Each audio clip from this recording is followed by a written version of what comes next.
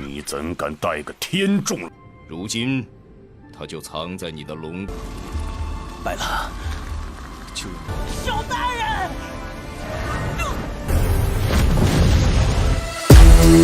Oke guys, kali ini Cakra Diva bawain alur cerita Donghua baru nih, yang pastinya nggak kalah seru dan rame juga loh. Donghua yang baru ini berjudul Si Xingji, bercerita tentang perjalanan ke barat yang termasuk konspirasi surga. Wah, kalau kita dengar kata konspirasi bawaannya gimana gitu ya.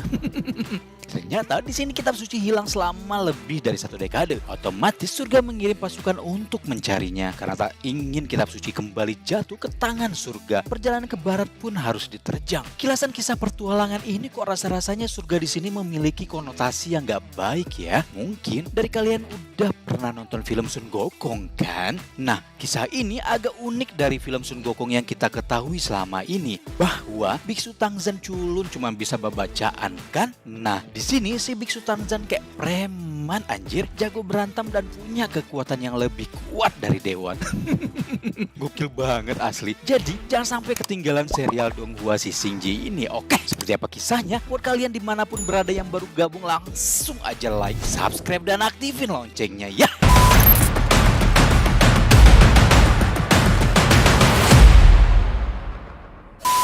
Film dibuka dengan hutan salju yang lebat dan banyak dahan pohon tak berdaun. Suara tawa putri kecil yang riang terdengar sedang merengek meminta diceritakan kisah oleh ayahnya.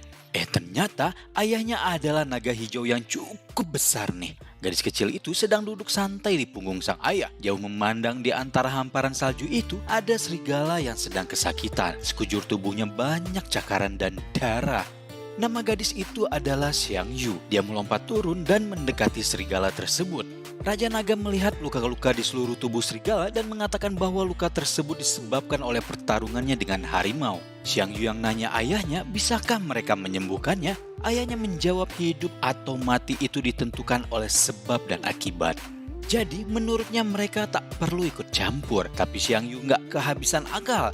Dia pun mengatakan bukankah mereka yang menemukannya juga termasuk sebab dan akibat. Karena itu dia memberikan kalung batu yang merupakan harta naga dari Gunung Tianyu. Harta naga tersebut bernama batu Giok Xiao Yu. Dengan bantuan mantra yang dirapalkan oleh Xiang Yu, akhirnya melihat serigala kembali bangun, sang naga merasa bersyukur. Ia berpikir apa itu sebab dan akibat, dia juga tidak bisa menjelaskannya.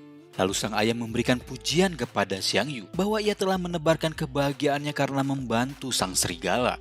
Lalu Xiang Yu kembali naik ke punggung ayahnya. Mereka akan kembali ke Gunung Tianyu, tempat tinggal para bangsa naga. 弟弟，回去以后再给我讲讲故事。就将唐三藏西天去。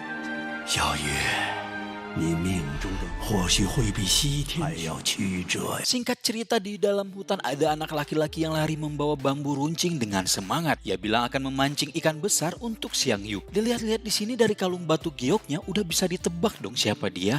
Cowok ini adalah serigala putih Bailang. Bailang bersembunyi di balik semak-semak dan memantau ikan yang ada di sungai.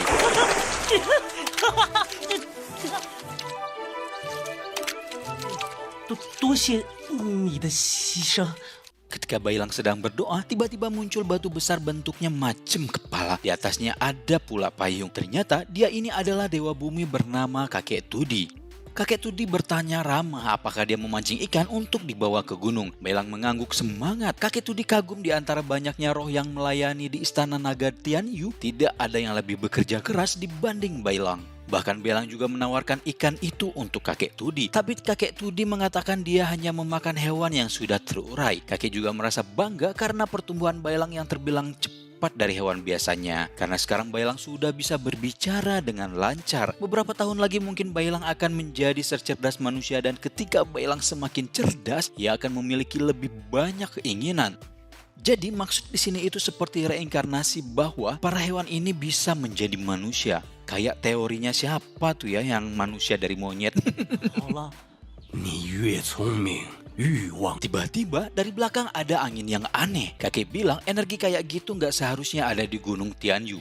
suasananya semakin mencekam. Seketika banyak portal cahaya dari atas awan warna kuning. Banyak burung-burung dan hewan pada kabur. Sang kakek Tudi pun mengatakan ini sepertinya tanda-tanda pasukan surgawi telah datang. Kakek Tudi yang terlihat ketakutan langsung memberi peringatan kepada Bailong bahwa mereka tidak pernah bertemu. Dalam kebingungannya, Bailang yang melihat arah cahaya itu langsung pergi ke arah istana naga Tianyu. Di tungku perapian tempat penempaan pedang terlihat Raja Naga Tianyu. Dia mendapat kabar pasukan Kaisar Sitian akan segera datang. Naga ini bernama Kak So. Dia menebak bahwa pasukan surgawi telah mengetahui objek itu ada di Gunung Tianyu. Raja Naga sadar meskipun mereka mengajukan surat kesepakatan kedamaian itu tidak akan bertahan lama. Karena Kaisar Sitian adalah orang yang sangat menakutkan. Jika objek itu dibiarkan ada di tangannya, entah apa yang akan terjadi. Ternyata Raja Naga dan bangsanya sudah menyimpan rahasia keberadaan objek itu selama 16 tahun.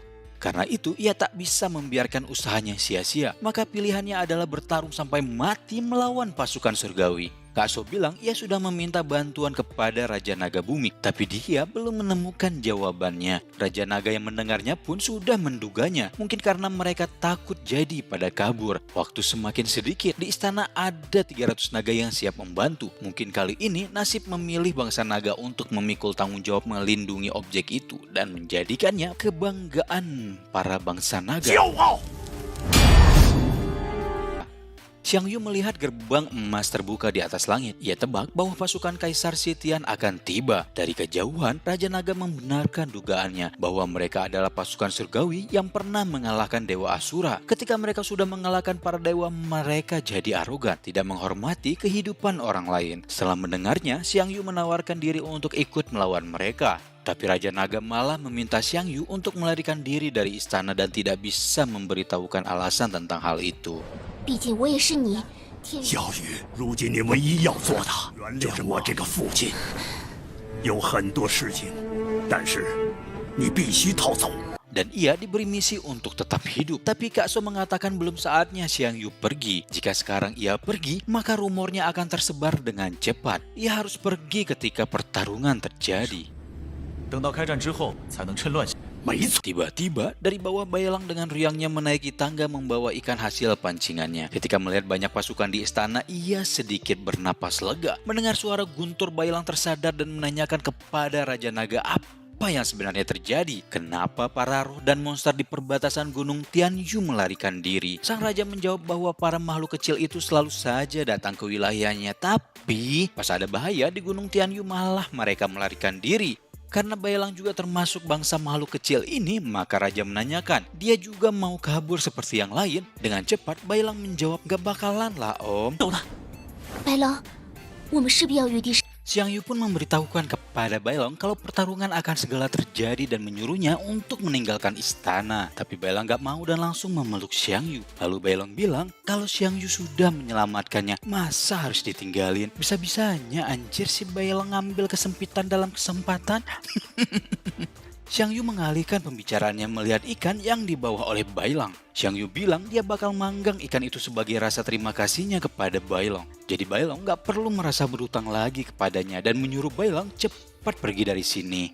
Raja Naga yang mulai geram melihat Bailang tak ingin pergi mulai marah dan meledek Bailang sampai dilempar. 罗爷，我可以帮忙的。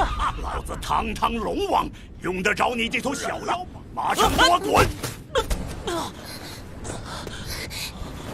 Di saat itu juga gerbang emas berdiri di hadapan Gunung Tianyu dan pasukan surgawi pada berdatangan.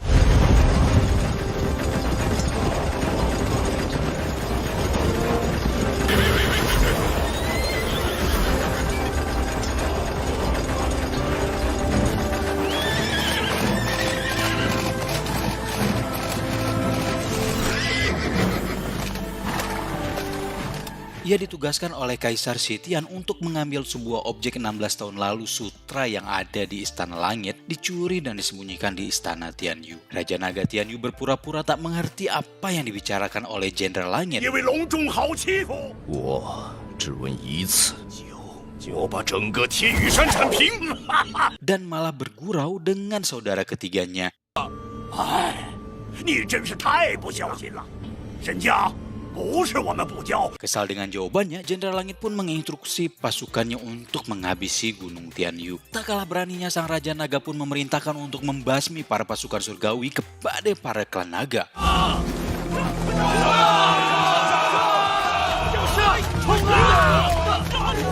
什么铁门守将，不过是地势天阳，看着会白吃白喝，统统给老子掉！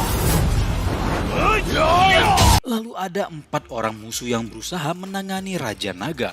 Di sini terjadi 4 lawan 1 guys. Tapi tenang saja, Raja Naga nggak bakal langsung menyerah. Dia langsung mengeluarkan jurus andalan yaitu Roh Naga.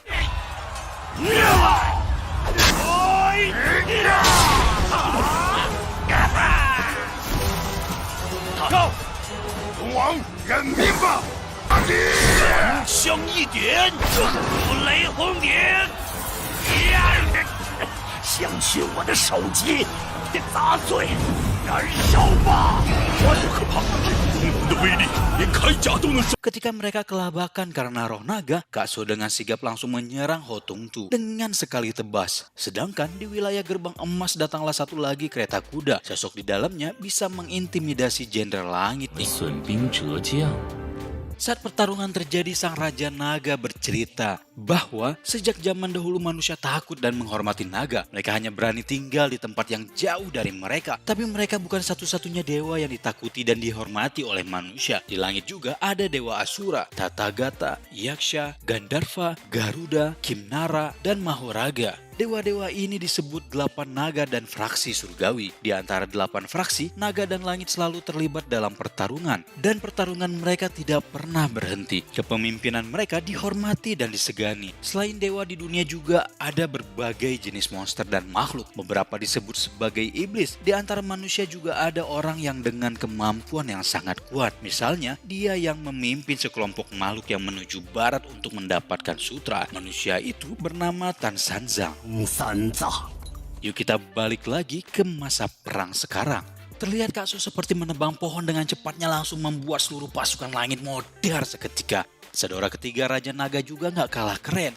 Suyu si penjaga gerbang timur masih gelut dengan Raja Naga. Dan para penjaga gerbang yang lain pun masih ngepung juga.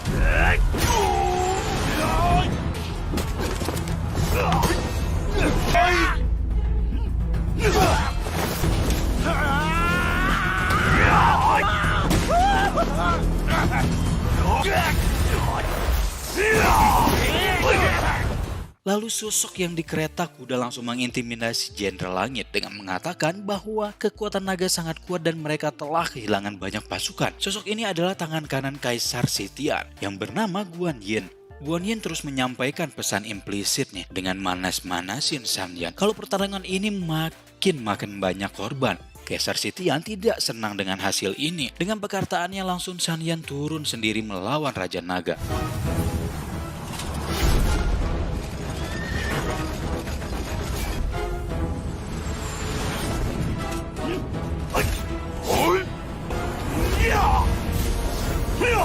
San Yan heran kenapa Raja Naga rela mengorbankan nyawanya untuk sutra itu. Raja Naga menjawabnya kalau San Yan nggak bakal tahu bersamaan dengan serangannya.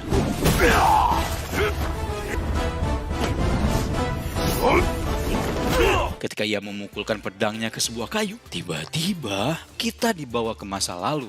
Scene berpindah ketika Raja Naga sedang menempa pedangnya. Lalu di situ ada Baelong sedang memangku wajahnya, mengingat kenapa dulu dia bisa terluka di tengah hamparan hutan salju. Ia tak bisa mengingat apapun sebelum diadopsi ke bentuk manusia. Raja Naga memberitahu luka di tubuhnya mungkin berasal dari cakar harimau. 我是个老……拿那边的蛇头蜂粉末给我。 Sembari mengambil abu untuk Raja Naga, Baelong bertanya mungkinkah ia akan bertemu lagi dengan harimau itu. Raja Naga menenangkan Baelong karena kultivasi yang ia kembangkan membebaskannya dari menjadi binatang lemah. Itu adalah berkah yang luar biasa dari surga. Baelong masih penasaran apakah dia bisa menjadi manusia. Soalnya saudara ketiga bilang kalau jadi manusia dia bisa menikah. Pastinya dia ingin menikahi Xiang Yu. Setelah mendengar itu, 成亲。龙王爷爷，你没事吧？啊？ Raja Naga menasihatinya agar tidak mendengarkan perkataan saudaranya dan memerintahkan Bailang untuk pergi mengelilingi dunia. Tapi Bailang ingin tetap di istana. Ia ingin tetap menikahi Xiangyu dan melindunginya. 三爷爷告诉我了，就能永生，永生。 原来你是想 Ketika ditanya dengan cara apa ia akan melindungi Xiangyu, Bailang pun dengan percaya diri menjawab dengan taring dan cakarnya. Kembali ke peperangan, Bailang sedang berjuang melawan pasukan surgawi membantu Xiangyu. Tak lupa Kak So yang terbang ke sana kemari dengan kedua pedangnya, menebas satu persatu dari musuh dan membakarnya juga dengan api. Bailang menghadang satu persatu pasukan yang hampir mencelakai Xiangyu. Sebagai gantinya, dia tertusuk pedang dari musuh.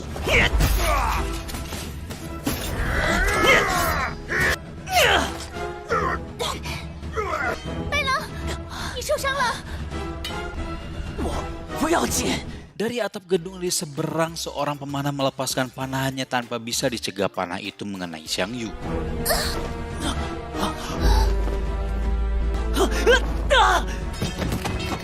Bailang dengan cepat meraih tangan Xiangyu dan perlahan jatuh dari atap. Tanpa aba-aba dari para pemanah melepaskan seluruh panahannya ke arah Bailong. Beberapa panah menancap di punggung Bailong. Dengan sekuat tenaga ia menggendong Xiangyu dan pergi dari tempat itu. Raja Naga yang mendengar Xiangyu terluka membuat janji sepihak. Walaupun dia mati, Bailong tetap harus melindungi Xiangyu seumur hidup.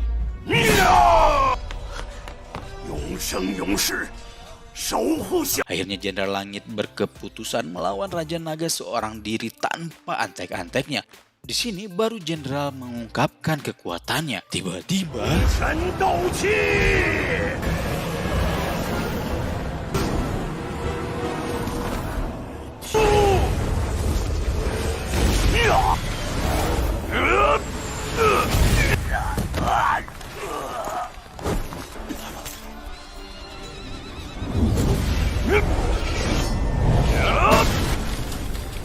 Raja Naga heran kenapa Jenderal Langit yang mempunyai kekuatan hebat itu masih menjadi anjing Kaisar Sitian.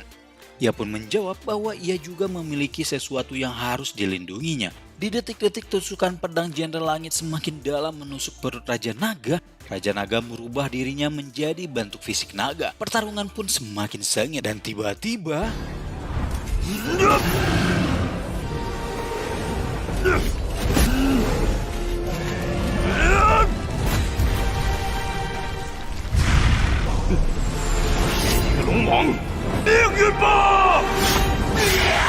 Jenderal Langit yang sudah mengalahkan Raja Naga memamerkan kepala Raja Naga di atap. Dengan begitu banyak orang yang bisa melihatnya. Pasukan naga pun marah dan mulai struggle buat nyerang pasukan musuh. Tapi guys, ternyata yang mati hanya bentuk fisik naganya. Kalau roh Raja Naga juga dimusnahkan, dia nggak bakal bisa bereinkarnasi lagi, kata Jenderal Langit. Kepala Raja Naga dilemparkan ke gerbang emas. Guan Yin yang berada di sana merasa heran. Kenapa Raja Naga yang memiliki masa kultivasi lebih dari 1000 tahun dan juga memiliki 300 naga yang melayaninya tapi memilih mati-matian melawan mereka.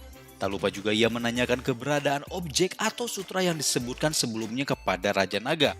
Raja Naga yang tetap tidak ingin memberitahukan hal tersebut membuat Guan Yin mengeksekusinya. 请说出来吧。你们烦不烦？嘴硬。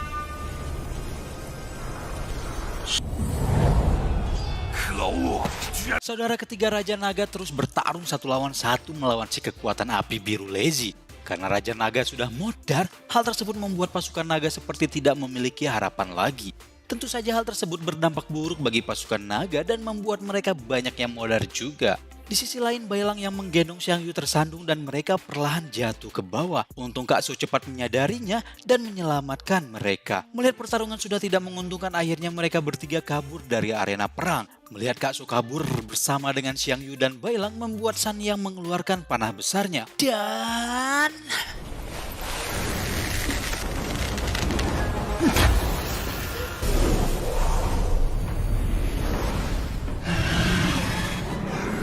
Tapi Kak Su masih bisa mempertahankan bentuk naganya. Hal tersebut membuat Guan Yin pun merasa bahwa kekuatan naga Kak Su pasti sangat hebat.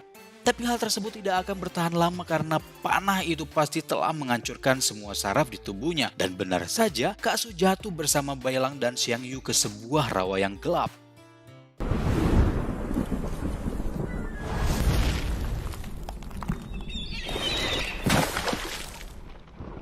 Di gerbang emas, Guan Yin memerintahkan seluruh pasukannya menyisir istana Tianyu untuk menemukan kitab suci. Di sisi lain, Bailang terbangun lebih dulu di rawa, tapi menemukan Xiang Yu yang tidak bernapas dan membuatnya semakin menjadi khawatir. Kak So yang juga bangkit mengatakan bahwa Xiang Yu hanya tertidur. Kak So menceritakan bahwa Xiang Yu dari awal memang bukan seekor naga. Tentu saja hal tersebut membuat kita semua menjadi sangat penasaran. 小雨并非龙人，就让你见识一下。 Lalu Xin berpindah ke istana Tianyu. Pasukan Guan Yin yang sudah menyusuri seluruh istana tetap tidak menemukan kitab suci. Karena Raja Naga rela mengorbankan nyawanya seperti itu, ia curiga bahwa Raja Naga memakai mantra untuk merubah bentuk kitab suci tersebut. 龙王何必赌上自己的性命？我不会。 Kak So akhirnya menunjukkan bentuk asli Xiang Yu yang ternyata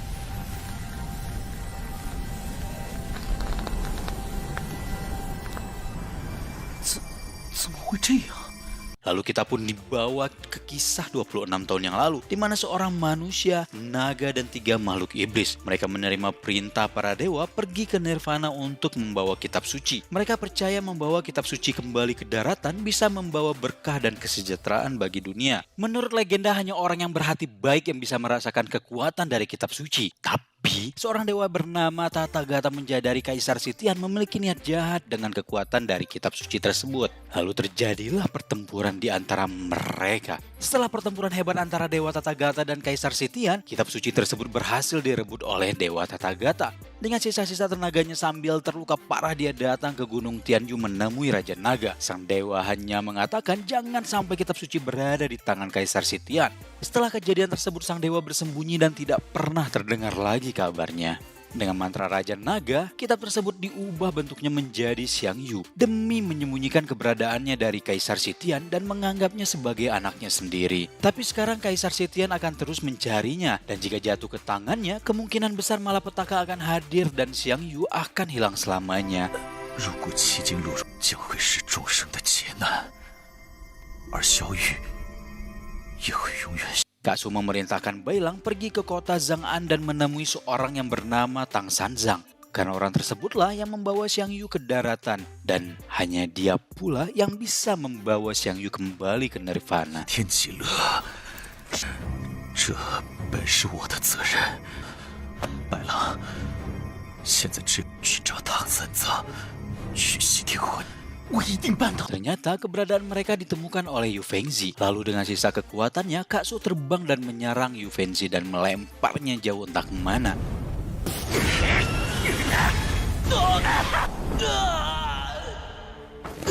Di detik-detik terakhir, dia meminta Bailang untuk menerima roh naganya karena fisiknya sudah hancur oleh panas Sanyang. Lalu Kak So mentransfer roh naganya ke tubuh Bailang dengan sedikit motivasi mungkin. Karena menurutnya Raja Naga selalu percaya kalau Bailang akan mencapai sesuatu yang hebat. Tapi dia kurang percaya diri. Karena itu, ia meminta Bailang untuk membuktikan ucapan Raja Naga kepadanya. Dengan menerima dan mengendalikan roh naga yang jarang orang bisa mengendalikannya. 可不是谁都能驾驭。白狼，就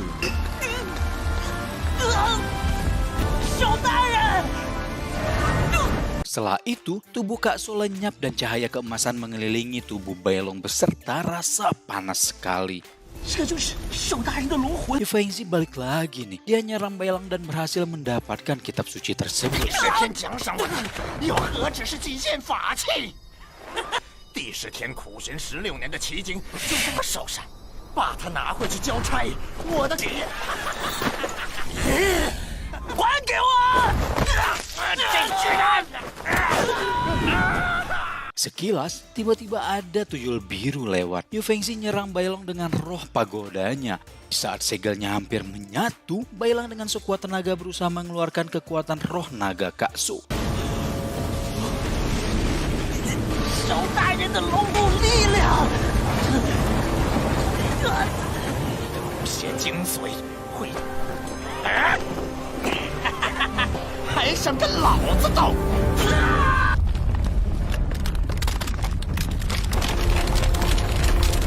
这好强的龙魂！走！ Yu Yu Fengzi yang menyadari dirinya tak bisa melawan Bailong mengirim burung telepati ke pasukan surgawi. Dia merasa senang, mungkin dia akan menerima hadiah dari kaisar karena sudah memberitahu lokasi kitab suci. Tapi kebahagiaannya tidak lama. Tiba-tiba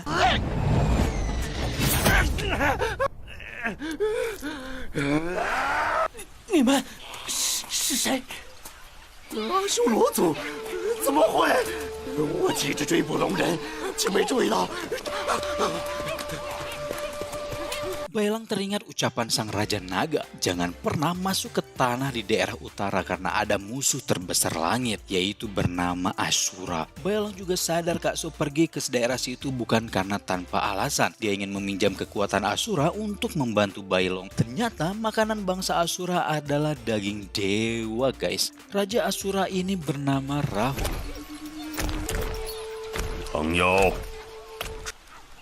你怎敢带个天众？ Raja Asura menginterogasi Bailong tentang apakah dia tahu kalau rawa gelap adalah wilayahnya. Dan beraninya dia membawa dewa ke wilayahnya. Bailong bilang dia lagi kabur dari pasukan surgawi. Lalu Raja Asura melihat kitab suci di tangan Bailong. Dia mencoba mendekatkan tangannya dan seperti dugaannya kitab suci bisa membakarnya. 这一点火光就能 Tak lupa menanyakan nama Bailong juga, Raja Asura memberikan kesempatan kepada Bailong untuk pergi sesuai tujuannya. Dan mengatakan jangan pernah lihat ke belakang. Teruslah berlari. Kalau menoleh dan berhenti, dia akan mati. Para klan Asura akhirnya pergi mengikuti sang rajanya.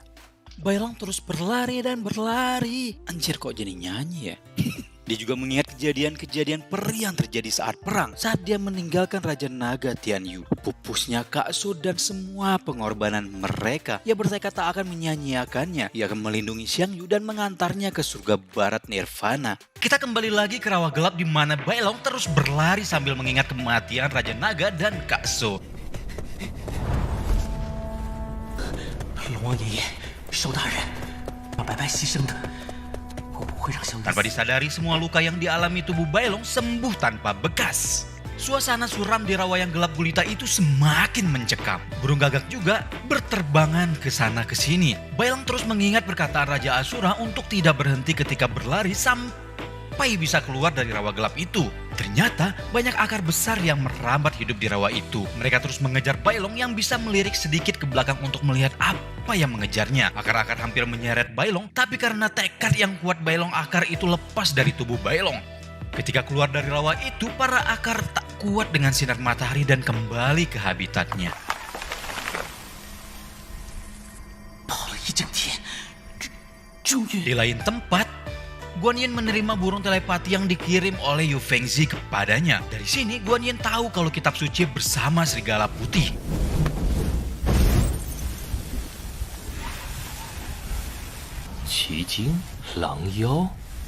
Kita balik lagi nih ke Bailong yang sedang meminum air danau yang jernih. Setelahnya, ia mulai memarut dahan-dahan atau reremputan hijau yang kuat dan menjadikannya keranjang untuk tempat berlindung kitab suci.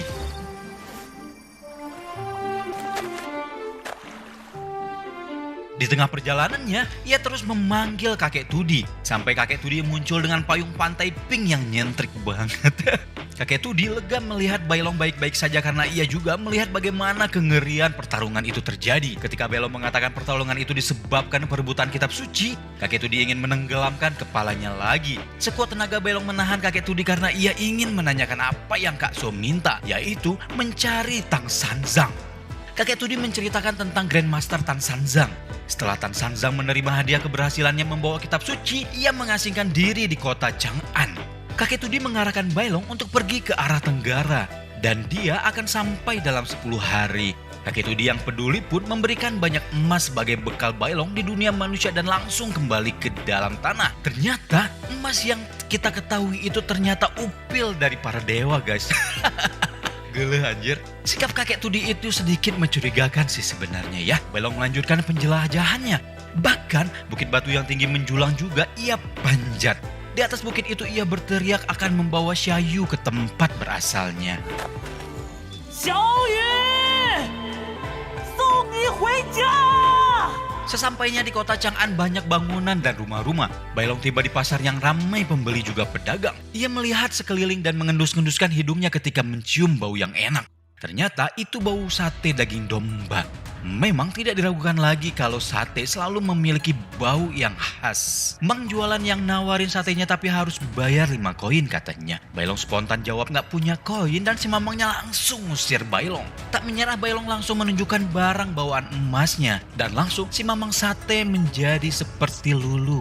Bahkan pedagang lain juga menawarkan dagangannya kepada Bailong. Tapi si mamang jualan mengusir mereka dan memberikan sekantong penuh dan banyak sate kepadanya. Bailong sambil makan bertanya kepada mamang sate apa dia mengenal Tang Sanzang. Dan dia menjawab bahwa Tang Sanzang berada di rumah bordir terbesar di kota. Tak butuh waktu lama, Bailong langsung pergi dan sampai di depan pintu rumah bordir itu. Tapi 2 penjaga menghalanginya. Tenang, ada uang, semua beres. Bailong langsung memberikan 1 butir emas dan pintu dibukakan. Bailong masuk dan langsung berlutut di lantai melihat seseorang sedang tertidur membelakanginya. Ia meminta orang itu untuk mengantarnya ke surga barat sekali lagi. Tanpa diketahui, mata orang itu terbuka dan terlihat kilasan ingatan di pupil matanya. Bailong cerita bila kitab suci itu sahabatnya bernama Xiaoyu. Kakek Raja Naga dan semua orang ingin melindunginya, tapi sekarang sudah modern. Tang Sanzang bangun lalu menghampiri Bailong dan sekilas ingatannya terlintas. Sedetik kemudian dia langsung menendang jauh keluar Bailong. Malam datang bersama hujan tapi Bailong tak putus asa. Dia terus memohon dan memohon kepada Tang Sanzang. Bailong menyampaikan kakek Raja Naga pernah ngomong kalau kitab suci itu tak boleh jatuh ke tangan Kaisar Sitian. Tang Sanzang tetap saja tak peduli karena ia tak ada hubungannya lagi. Dan dia bilang sudah melupakan masa lalu hingga hidupnya sekarang sudah damai. Dia mengusir Bailong habis-habisan. Bahkan menyerang Bailong lalu meninjunya dengan kuat.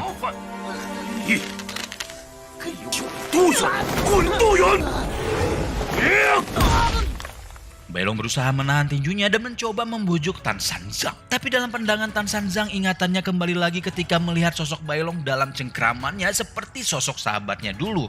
Tiba-tiba, para warga berlarian dan teriak, "Dewa datang! Cepat dong larinya!" Warga yang di rumah juga menutup semua jendela rumahnya karena takut. Dari hujan kabut itu, Tan Sanzang dan Bailong bisa melihat dewa dan bawahannya datang. Dia adalah bawahan Kaisar Sitian yang bernama Shijian Jingan. Ia langsung membewarakan bahwa ia sedang mencari serigala putih dan anjing yang menjadi tumpangannya mengendus bau serigala putih. Bailong bertanya kepada Tang Sanzang siapa yang datang. Tang Sanzang bilang dia adalah bawahan Kaisar Sitian, salah satu dari 8 Jingang utama. Si Zixian ini malah menawarkan Tan Sanzang untuk ikut bersenang-senang memburu iblis serigala. Tapi intinya dia nggak mau Tang Sanzang ikut campur sama urusannya. Ya sebagai awalan, pengawal yang maju melawan Bailong tentunya. Bailong awalnya mau lari untuk menghindar, tapi lari mereka lebih cepat daripada Bailong. 小子，快点，快点拿出，快拿出来，听到没有？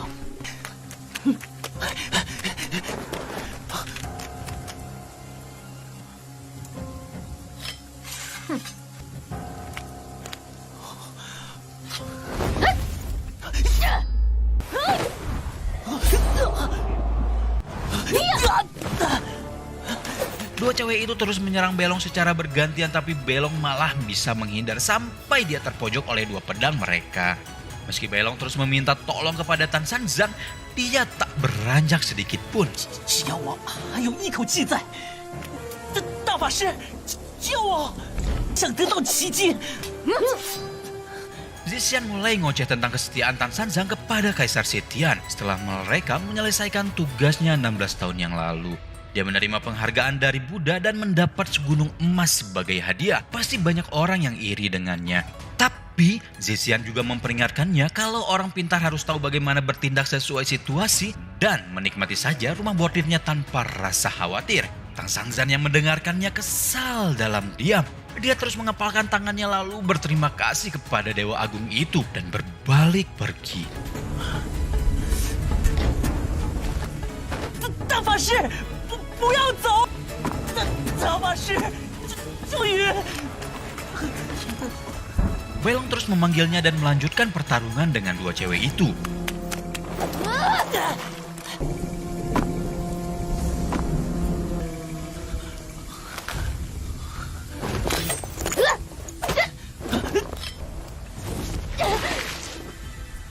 Dalam rasa kalutnya kekuatan naga, Kak So membantunya melawan mereka.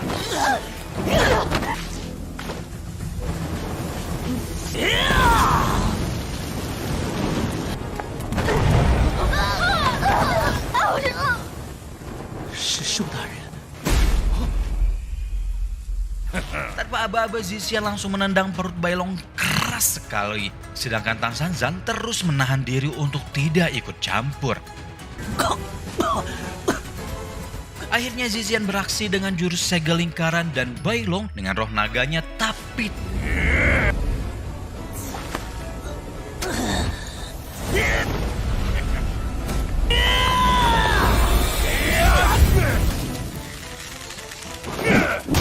melihat ini, Zixian sadar kalau Bailong bisa mengalahkan penjaga gerbang surgawi berkat kekuatan roh naga itu. Tapi kekuatan itu tidak berguna kepadanya dan terus menampar kiri kanan wajah Bailong dan menonjoknya hingga mental nempel ke tembok. Gak lama nempelnya langsung ambruk ke tanah.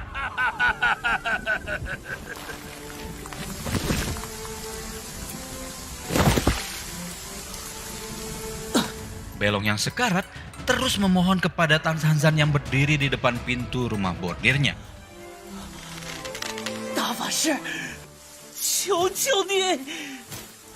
Tapi Zixian mendekat dan 让你救！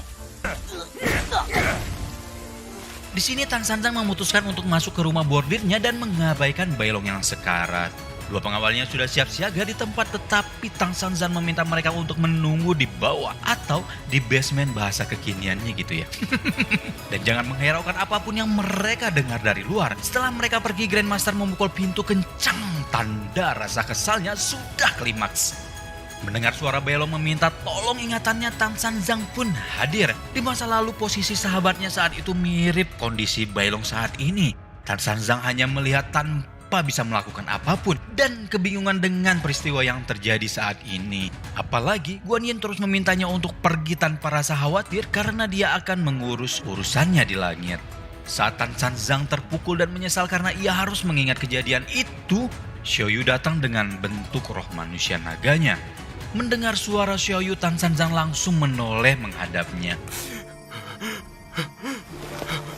Xiaoyu langsung menceritakan kisah masa kecilnya bersama Raja Naga yang selalu penasaran dengan kisah Tan Sanzang tanpa tahu kalau ternyata dia juga bagian dari cerita itu.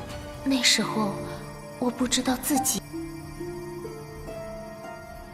Xiaoyu memperkenalkan diri kepada Tan Sanzang dan merasa bahwa mereka sudah kenal sejak lama. Tan Sanzang yang kaget dengan sosok Xiaoyu yang berarti dia adalah kitab suci yang dibawanya dahulu.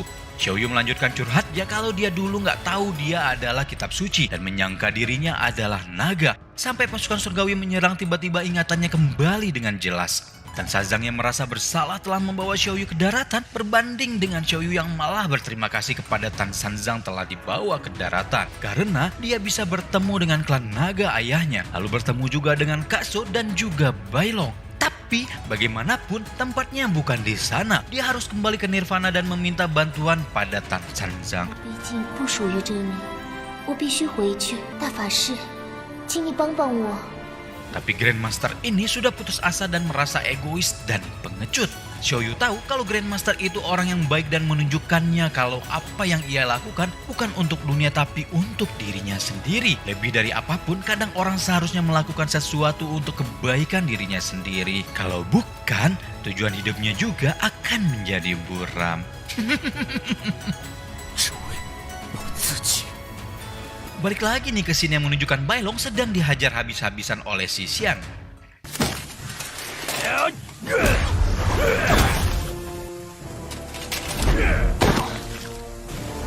都快死了，还爆发慈悲！你上路吧！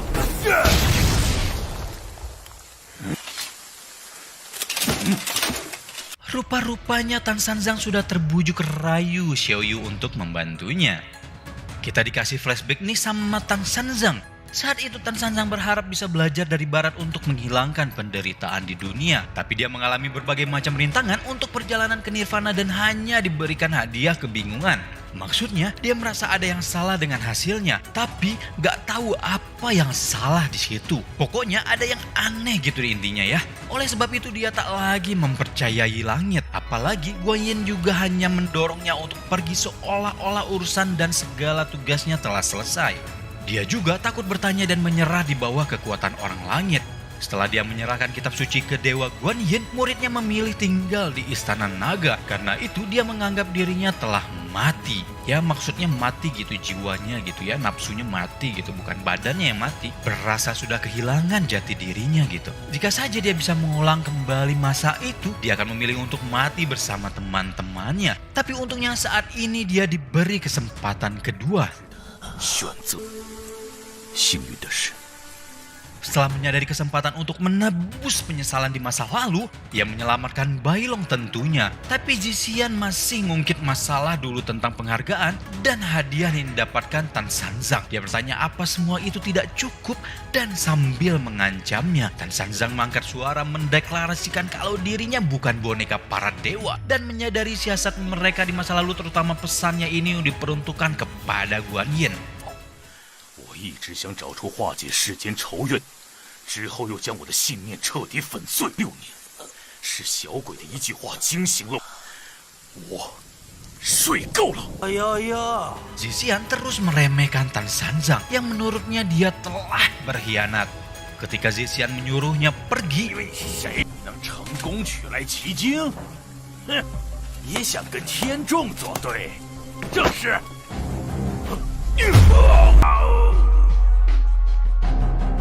Kekuatan Grandmaster ini besar tapi tidak terlalu banyak cahaya atau aura yang keluar. Tipe-tipe diam-diam menghanyutkan. 你不过是天宫一个二流货色，睁大眼睛看清楚！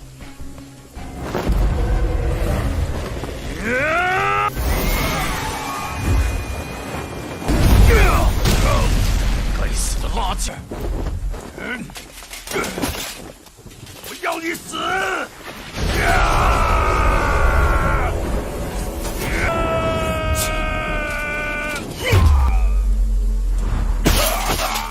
Tan Sanzang yang memanfaatkan waktu teparnya Zixian mengangkat membawa Bailong ke depan pintu rumahnya agar aman gak kehujanan. Udahnya dia langsung duduk dan pamer tangannya yang melemah.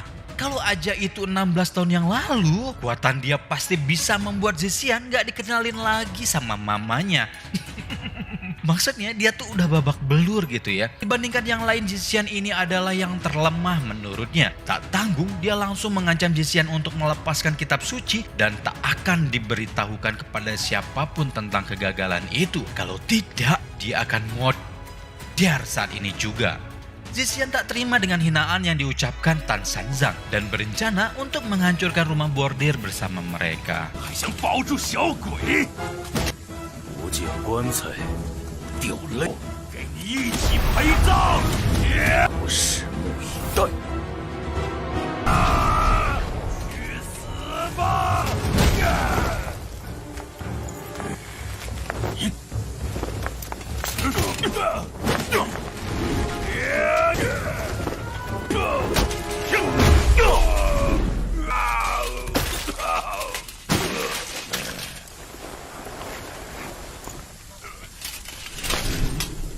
Di sini muncul lagi dua pengawal ceweknya berniat untuk membantu, tapi Zixian menolak itu.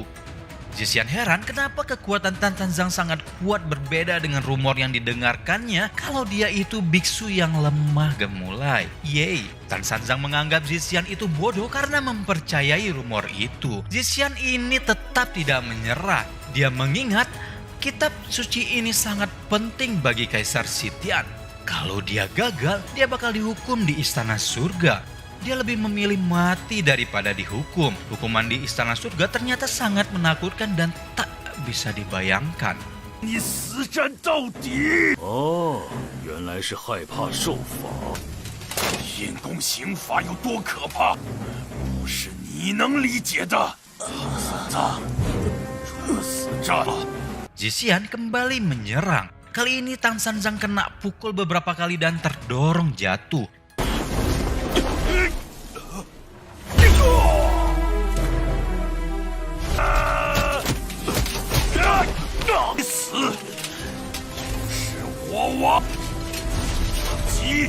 换轮椅。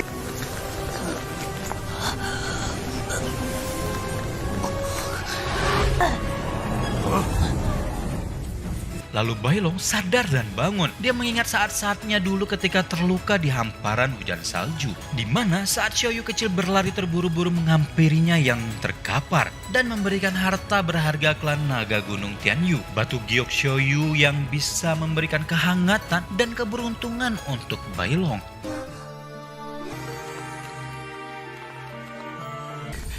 我不能倒下。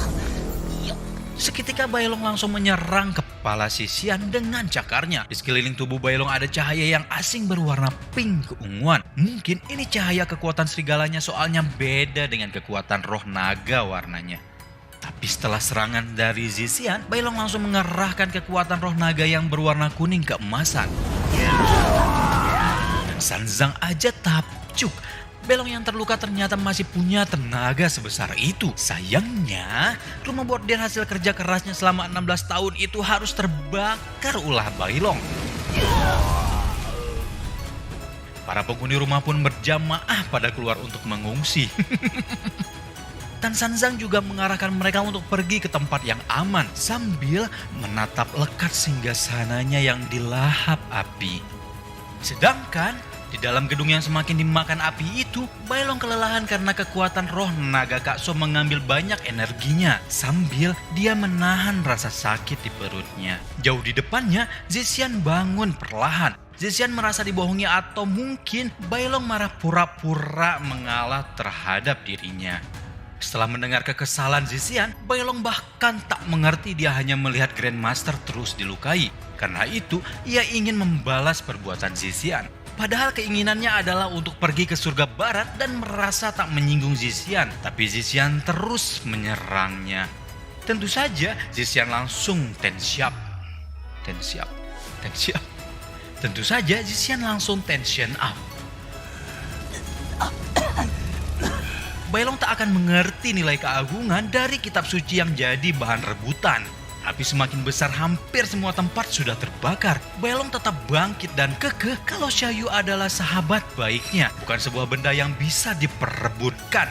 Ia akan melakukan semua yang ia bisa untuk melindungi sahabatnya tentunya. Zixian terus meminta Bailong untuk menyerahkan kitab suci kepadanya padahal dirinya tak bisa bergerak banyak karena tenaganya sudah banyak terkuras. Tapi ketika Zixian akan maju menyerang, kayu-kayu itu mendukung Bailong. Tubuh Zixian banyak ditimpa kayu besar berapi sehingga tak terlihat sama sekali. Di saat kayu-kayu terus berjatuhan membuat Bailong kebingungan mencari jalan keluar. Saat itu juga Tan Sanzang masuk membantu Bailong melarikan diri dari kobaran api. Bailong yang baik hati ini tetap saja menengok ke belakang untuk memeriksa Zixian. Setelah keluar mereka hanya menatap rumah bordir yang paling mewah di kota Chang'an itu semakin dilahap kobaran api. Bisa dilihat bagaimana wajah kehilangan Tan Sanzang dan rasa bersalah Bailong di wajahnya. Sedih banget sih kalau rumah tempat tinggalnya selama 16 tahun itu hilang hanya tersisa debu.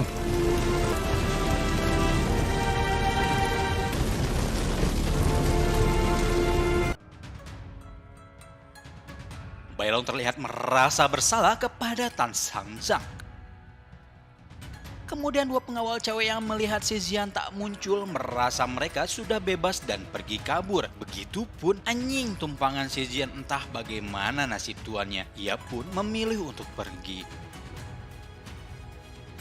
Tan Sanzang terus menepis pegangan Bailong tanda dia kesal dan menuduh Bailong sengaja melakukan itu. 是故意的吗？ 姐， 看你做的好事！ 补偿大法师的。 16年的心血就这样付之一炬。 Tapi Tan Sanzang tak berlarut-larut dengan perasaan sedihnya dan mengajak Bailong membulatkan tekad untuk berpetualang ke surga barat. Bailong yang tak takut mati ini pun diminta Tan Sanzang untuk menunggunya di kuil yang berada di gunung luar kota. Tanpa berlama-lama, Bailong pun langsung capcus. Setelah Bailong pergi, kedua murid kekar Tan Sanzang menghampirinya. Mereka bertanya tentang kepergian sang master dan dia mengiyakan. Dengan sedikit rasa tak rela mereka tetap mendukung Tan Sanzang pergi untuk mendapatkan kembali kehidupannya. 走吧，大法师，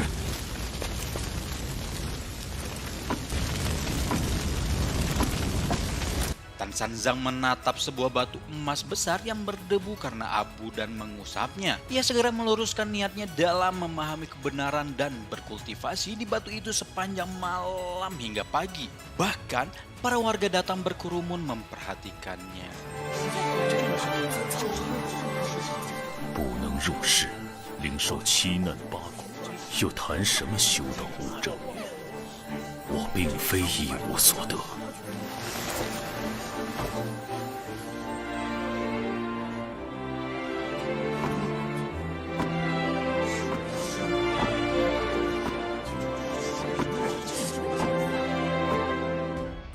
Kita berpindah ke posisi Bailong yang tertidur di gerbang masuk kuil nih. Tan Sanzang datang membangunkan Bailong dan sedikit memarahinya karena tidur di situasi yang sangat genting. Ia pun meminta Bailong untuk memanggilnya sebagai guru. Bailong yang dengan imutnya terus berlatih memanggil guru pada Tan Sanzang.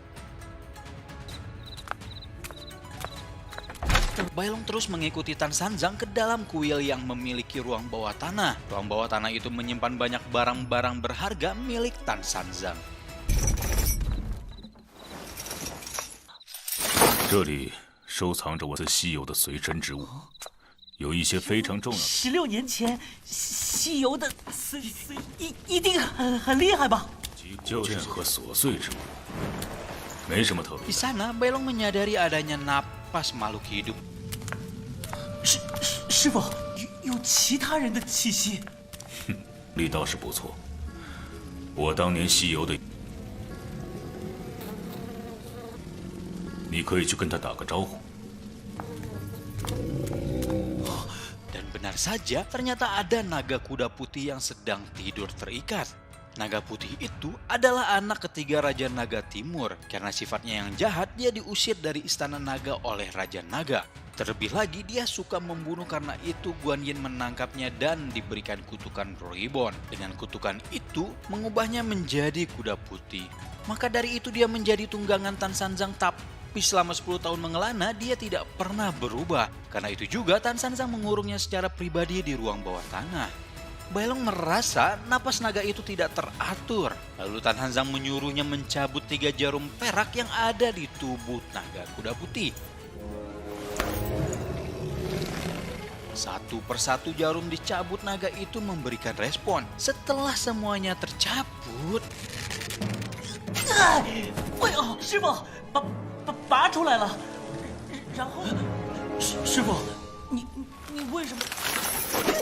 唐三藏，终于肯放我出来了吗？老雪，小人，拘禁我16年， 看不出你有丝毫的悔过之意，以你的一身罪孽。 naga kuda putih itu bernama Aushu. Ia kesal kepada Tan Sanzang karena harus dikurung selama 16 tahun. Dan merasa dirinya sudah cukup membalas hasil perbuatannya dengan menjadi tunggangan selama 10 tahun membantu Tan Sanzang mendapatkan kitab suci. Malah seharusnya dia juga mendapatkan penghargaan, tapi malah dikurung. Tan Sanzang yang melihat Aushu tidak menyesali segala perbuatannya, hanya menanggapinya sekenanya. Aushu akhirnya melemparkan Bailong setelah menegar ia adalah murid baru Tan Sanzang. Aushu pikir Tan Sanzang ingin membalas dendam padanya karena telah mengurung dia selama ini. Tapi jika seperti itu, Tan Sanzang bilang dia pasti sudah membunuhnya jika ingin membalas dendam. Malas menanggapinya lagi, Aushu terbang membebaskan diri dan mulai merasakan udara bebas. 16年没有感受。 Ia mulai membayangkan bandingan kehidupan manusia saat baik-baik saja dan setelah kekacauan hadir karena ulahnya. Tanpa rasa sabar ia berniat memburu manusia lagi dengan wujud naganya. Di ruang bawah tanah, Bailong merasa khawatir Aushu akan membuat kekacauan di luar sana. Tapi Tan Sanzang dengan tenang bilang urusan itu tak perlu dipikirkan. Dan mereka hanya perlu bersiap-siap mengemas kebutuhan yang diperlukan selama perjalanan ke surga barat. 师傅，这些是什么？ Sekedar informasi nih, di salah satu barang bawaan ada gulungan kuno yang berisi metode untuk menghilangkan sihir. Tan Sanzang juga mengingatkan kepada Bailong bila dunia iblis selalu berubah kalau dia tidak membaca buku-buku itu. Maka akan susah untuk menentukan obat yang benar. Ketika sedang mengepak barang, Bailong melihat kotak kayu dan membukanya. Di dalamnya ada mahkota emas sederhana. Ya, terlihat seperti mahkotanya Sun Gokong ya. Siapa sih yang akan kenal kerasakti Sun Gokong kan? Tanpa sadar, Bailong terpana melihat itu. Ia bertanya kepada Tan Sanzang kalau naga yang dia tahu biasanya baik. Tan Sanzang sambil mengambil buku, dia menjawab naga atau dewa mereka juga ada yang baik dan ada juga yang jahat. Mari kita ke flashback ke masa lalu Aoshu yang bengis nih. Aoshu lahir di klan Naga Laut Timur dan dari sejak lahir dia sudah sangat sombong. Dia tidak menghargai nyawa terutama manusia dan suka membunuh manusia seperti anak yang bermain-main dengan serangga. Dia sering menghancurkan tangan dan kaki manusia, melihat manusia kesakitan dan menderita lalu menginjak-injaknya. Kadang dia juga mengeluarkan organ dalam manusia untuk bersenang-senang dan menguliti orang itu hingga tulangnya saja yang tersisa.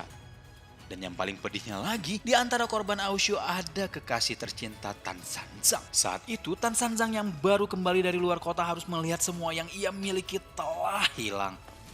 我发现曾经拥有的一切全都，而这一切都是敖雪干的。 Setelah 5 tahun lamanya ia bermeditasi, ia bertanya setiap hari akan nasibnya. Kenapa ia harus mengalami takdir seperti itu? Kenapa semua makhluk harus menderita? Dia mulai berpikir bisa menghilangkan semua penderitaan di dunia ini. Tanpa diduga, suatu hari ia bertemu dengan Aoshu yang berubah menjadi kuda putih. Dewa Guanyin menyerahkan Aoshu dan memberikan misi untuk mengambil kitab suci.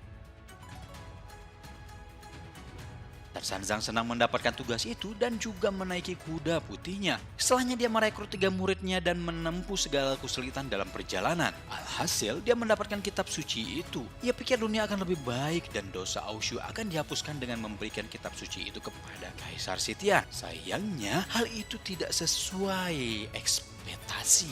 Oke, mari kita kembali ke scene Aoshu beraksi memburu manusia. Banyak rumah yang sudah mulai terlahap api.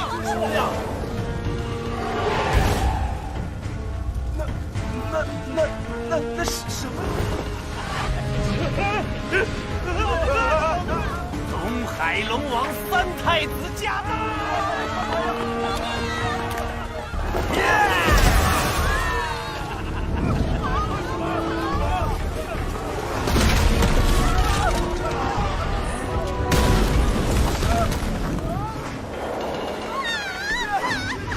！Dalam pemburuannya, ia mendapatkan satu cewek nih yang terus dicekik di udara.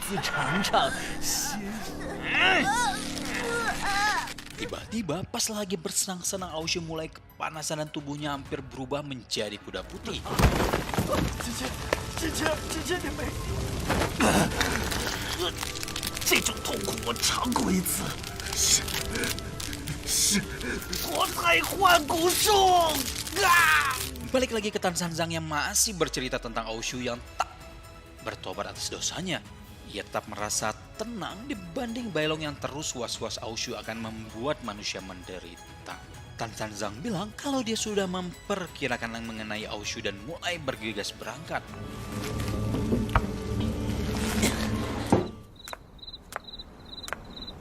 Ketika mereka keluar, Aoshu langsung muncul berteriak Tan Sanzang dan menuduhnya melakukan sesuatu kepada dia. Tangan Aoshu perlahan berubah menjadi kaki kuda. Tan Sanzang dengan tegas mengingatkan kalau yang ngasih kutukan itu kepada Aoshu adalah Guanyin. Setelah mereka berhasil mendapatkan kitab suci, mereka tidak berharga lagi di mata Guanyin.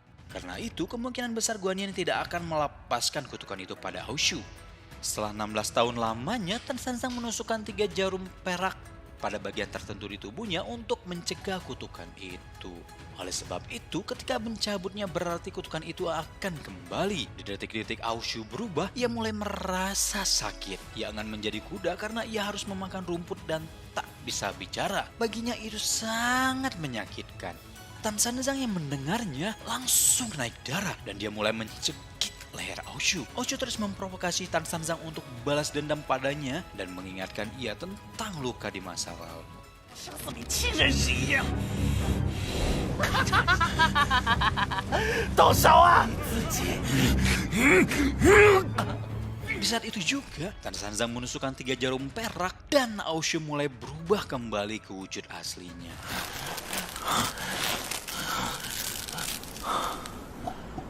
Aoshu menyangka dirinya sembuh, padahal dia sama saja disandera oleh Tan Sanzang. Tan Sanzang bilang Aoshu itu hampir mengotori hatinya dengan rasa benci karena Aoshu. Karena itu dia tidak akan membunuhnya dan akan memaksa Aoshu untuk mengikuti perjalanannya ke surga barat tanpa perlu menjadi kuda putih. 不用做马了。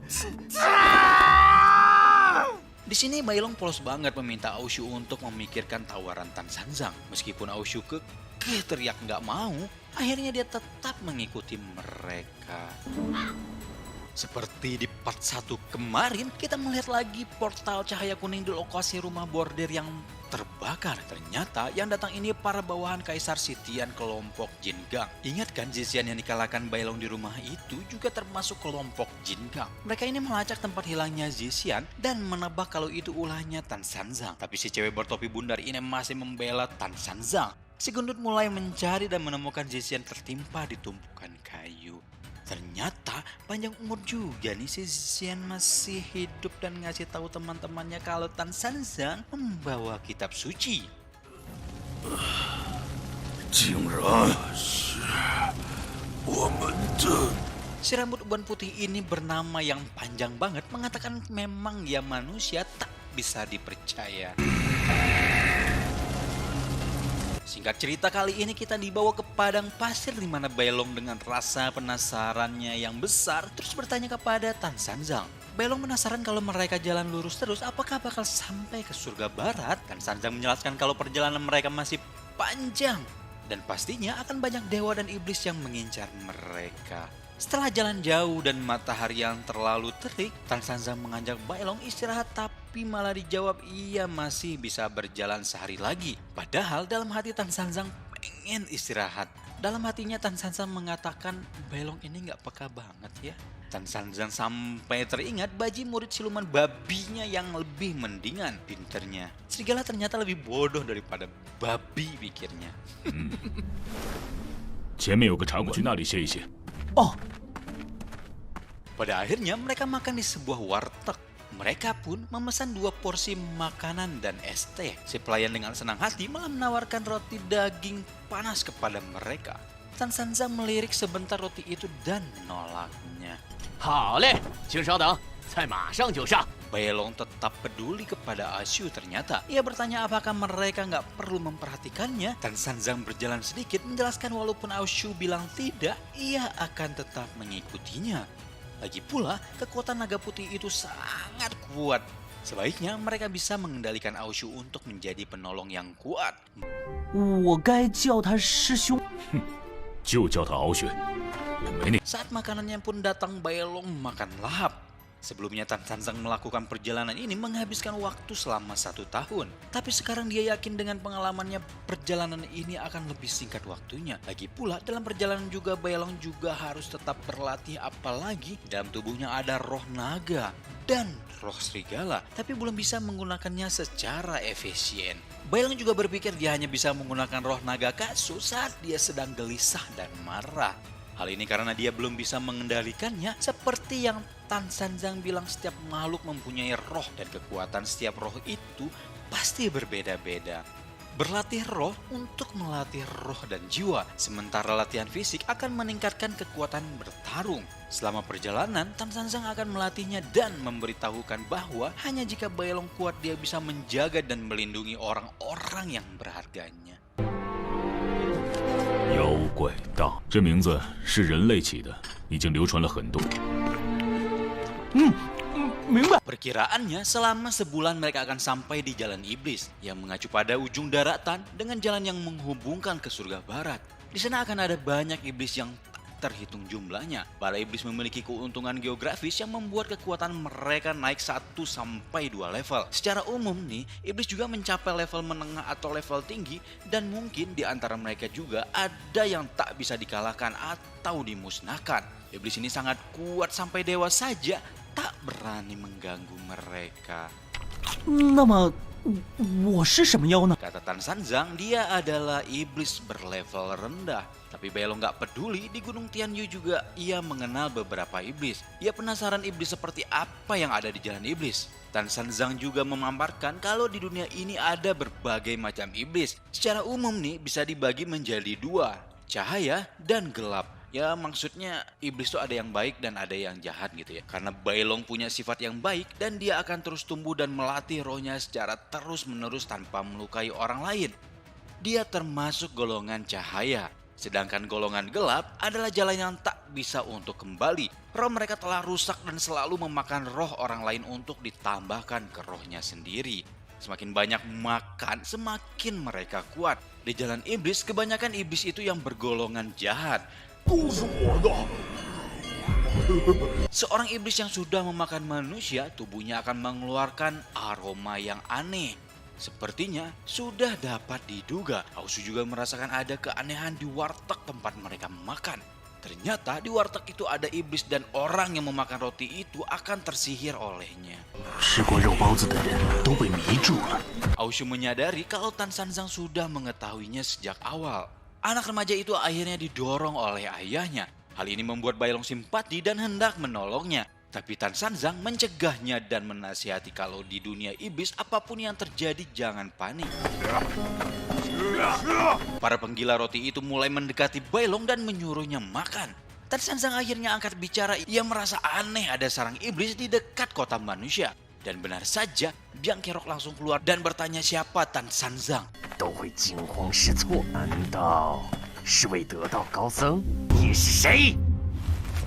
唐三藏 Tiba-tiba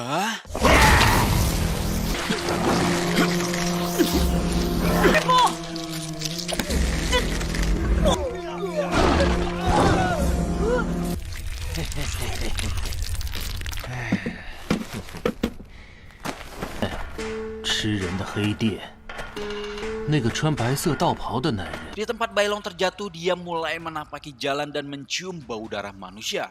Setelah melihat genangan darah di telapak kakinya, ia menengadahkan kepalanya dan melihat banyak manusia digantung untuk menjadi bahan makanan roti daging. Sampai di sebuah ruangan ia melihat dua iblis di sana. Mereka adalah ibu dan anak. 别怕，过来吧。 Si ibu iblis ini menganggap Bailong tamu karena mereka sama-sama iblis. Akhirnya, Xiaofu menawarkan roti daging kepada Bailong namun ditolak. Bailong keke ingin bertemu gurunya Tan Sanzang karena mereka harus pergi ke surga barat.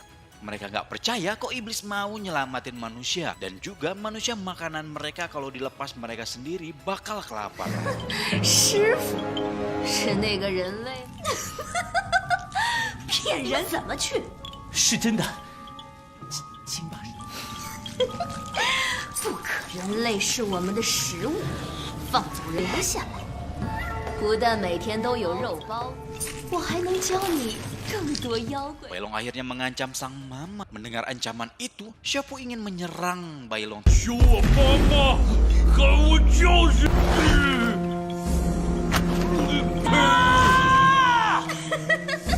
把师傅还给我！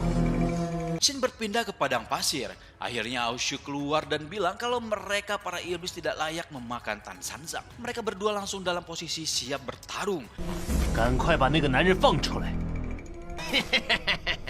你以为老子会怕你？无知是一切灾祸的根源。吃到嘴边的肉，怎么？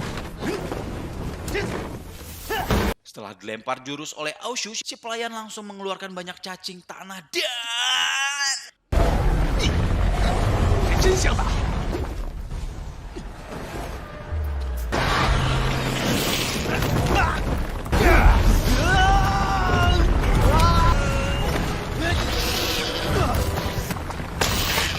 你找死啊！嘿嘿，龙人的肉还没。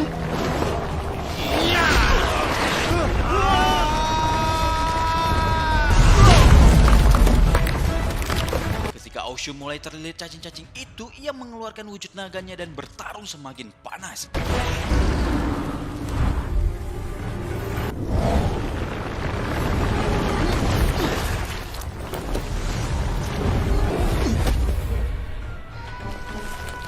sekalian meledek Aushu yang terlihat lemah. Aushu tak bisa menggunakan kekuatan sebesar yang diinginkannya karena 3 jarum perak menekan kutukan itu. Waktu dia berubah menjadi kuda putih yang tak bisa dia perhitungkan itu cukup berbahaya. Sampai akhirnya ia dililit cacing itulah.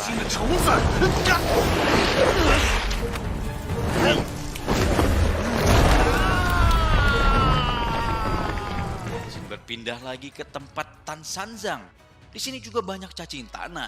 Tan Sanzang perlahan terlepas menggunakan kekuatannya Taus Hati dan Kitab Suci. Dia juga menyelamatkan anak remaja yang terlilit di situ. Dengan kekuatan itu, iblis tak bisa mendekati mereka.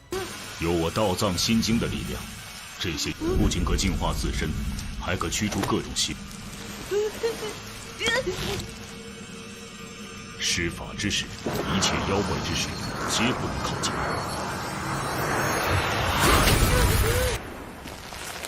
小子，跟着我。 Tan Sanzang menyadari banyaknya perubahan setelah 16 tahun ini. Sarang iblis yang biasanya hanya muncul di jalan iblis, kini ada di sekitar dunia manusia. 血，虽然他等级不高，但是 Ia pun memegang salah satu cacing di dinding untuk menerawang asal-muasal sarang iblis ini. Dengan kekuatannya, Tan Sanzang dapat melihat masa lalu sang iblis. Saat itu juga banyak warga yang dilempari batu ke arah satu keluarga dan menyebut mereka sebagai iblis.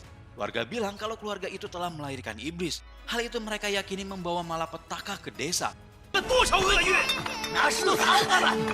Sang ayah terus melindungi anak dan istrinya dengan punggungnya. Ketika keluarga itu masuk rumah, para warga malah melempar obor dan rumah itu terbakar semua. Di dalam rumah sang ayah tertimpa bongkahan kayu besar ketika membantu istri dan anaknya berlindung. Di saat kalut itu kayu-kayu lagi-lagi berjatuhan. Si istri dan anaknya yang berlindung di bawah meja juga dalam bahaya. Ibu dari anak itu mulai merah dan hatinya sudah sakit terlalu dalam. Sampai akhirnya mengubah dirinya menjadi iblis setelah bersumpah untuk balas dendam. Lalu Tan Sanzang yang melihat masa lalu itu memahami iblis ini awalnya adalah manusia. Karena kebencian yang mendalam merusak jiwa mereka dan akhirnya berubah menjadi iblis. Dan kita kembali lagi ke adegan baku hantamnya Baelong dan iblis Mama.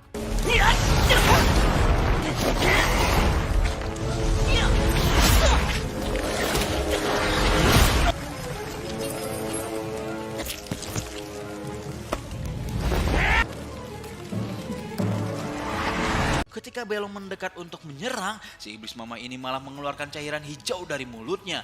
Dan hal itu mengenai mata dan wajah Baelong. Baelong kesakitan dan tak bisa membuka matanya.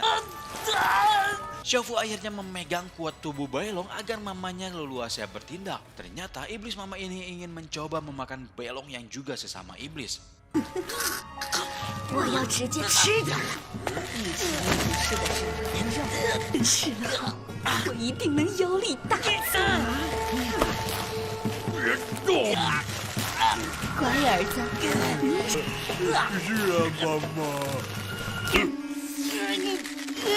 这是 Di saat itulah akhirnya kekuatan roh naga Kakso keluar.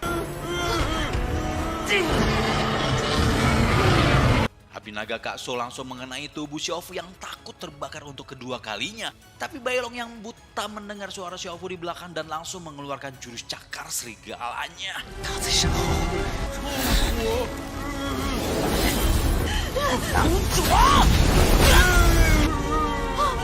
乖儿子。 Xiaofu kesakitan juga kepanasan, ia semakin lama akhirnya pun menghilang. Si Mama yang melihat tak bisa melakukan apa-apa dan teringat kejadian pedihnya di masa lalu.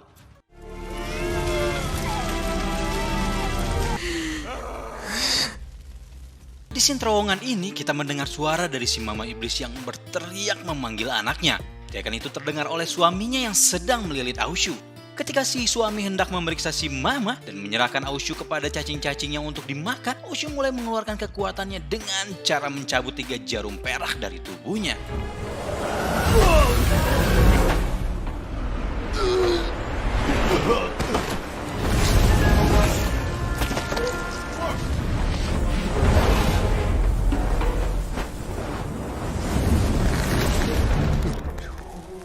Dia 压根就不配做我的对手。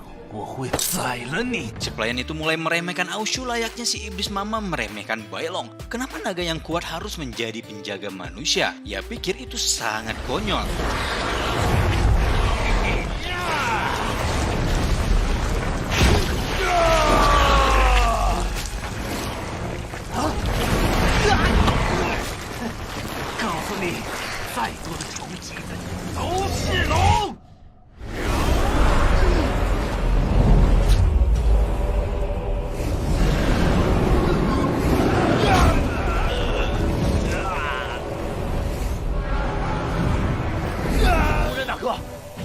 有话咱们好好说。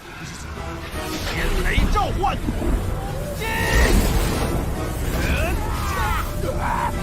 我不要死啊！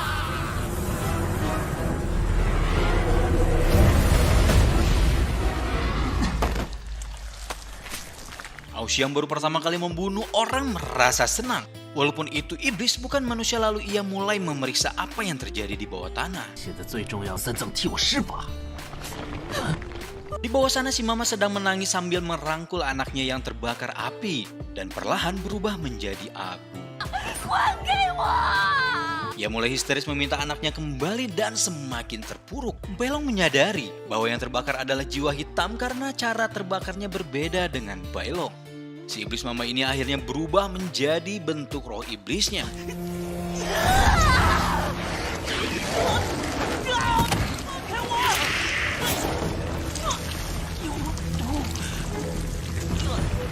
Si iblis mama cerita karena anaknya memiliki rupa yang buruk, para warga memanggilnya iblis. Malapetaka, kelaparan, banjir, dan semua kemalangan yang terjadi di desa itu menyalahkan mereka. Akhirnya para warga membakar mereka semua. Tapi si iblis mama ini menumbalkan jiwanya kepada iblis demi menghidupkan kembali suami dan anaknya. Tapi sekarang karena Bailong dia harus kehilangan mereka kembali. Saat si mama hendak memakan Bailong, tiba-tiba 别碰我徒弟！你给我放开他！我的徒弟，不准你乱来！ fokus menyerang Tan Sanzang. Dia melepaskan lilitan di tubuh Bailong. Tan Sanzang mendekat dan merapalkan Tau Hati Sutra kutukan iblis untuk menekan jiwa iblis.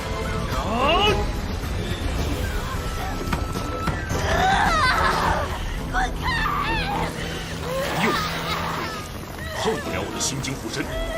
Tapi si iblis ini tetap bersikeras melawan dengan semburan racunnya.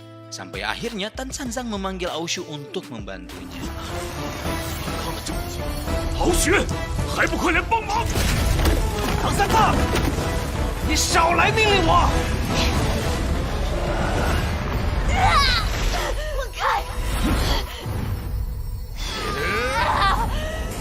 好血，加把劲儿！话真多。 天雷召唤！ Di detik-detik terakhirnya, Tan Sanzang menanyakan apa yang ingin ia ucapkan. Ia mulai mengingat masa di mana ia meminta anaknya memanggil Mama.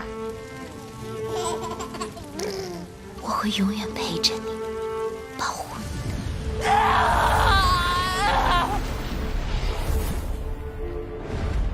Setelahnya, ia menghilang yang tersisa hanya jiwa kosongnya. Tan Sanzang bilang kalau si roh mama ini tidak menyesali perbuatan sebelum ia mati, maka pasti dia akan masuk ke neraka jalur VIP dan tak akan bisa reinkarnasi kembali.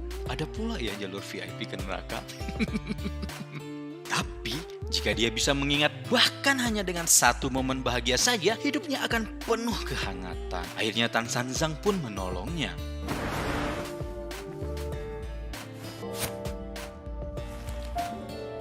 Di sini Aushu merengek meminta Tan Sanzang untuk segera menyembuhkannya karena dia mencabut 3 jarum peraknya. Tan Sanzang bilang, bukankah seharusnya Aushu lebih tulus membantunya? Dan dia pun menjawab, 我还不够诚恳吗？喂， Di sisi lain, Bailong menyela kalau matanya tidak bisa melihat. Lalu Tan Sanzang menanyakan keadaannya. Meski tubuhnya agak lumpuh tapi terbilang baik-baik saja. Mereka akhirnya melanjutkan pencarian anak kecil yang sebelumnya bersama Tan Sanzang. Tapi Aushu terus meminta Tan Sanzang segera menyembuhkannya, takutnya ia berubah lagi menjadi kuda putih. Tan Sanzang memberikan syarat kepada Aushu untuk ikut dengannya ke surga barat. Setelah berhasil, ia akan membuat obat permanen untuk kesembuhan Aushu. 你好好想想吧。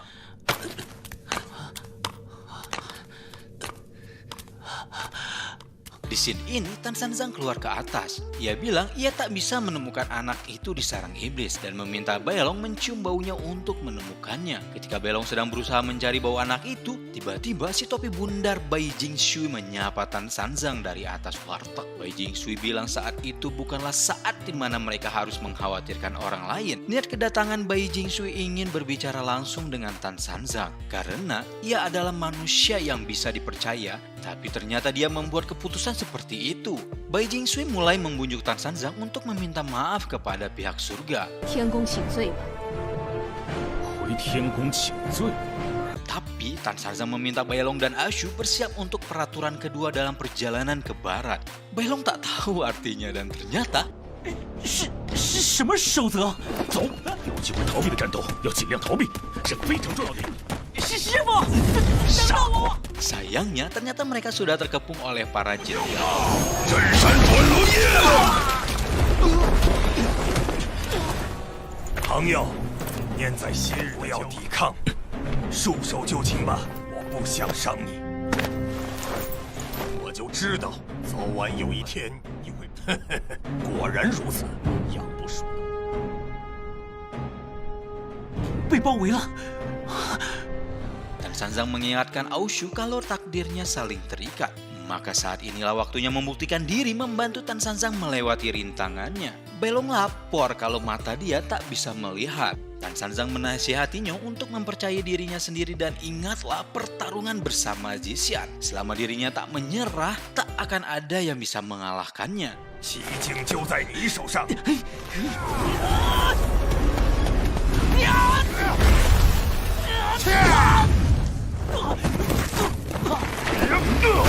Ciseng merasa tak suka kenapa Tan Sanzang menyerangnya. 出手又怎样？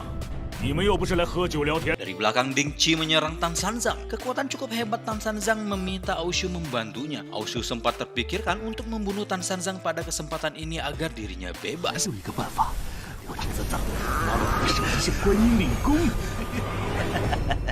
想不到吧？三藏，唐三藏，我来了！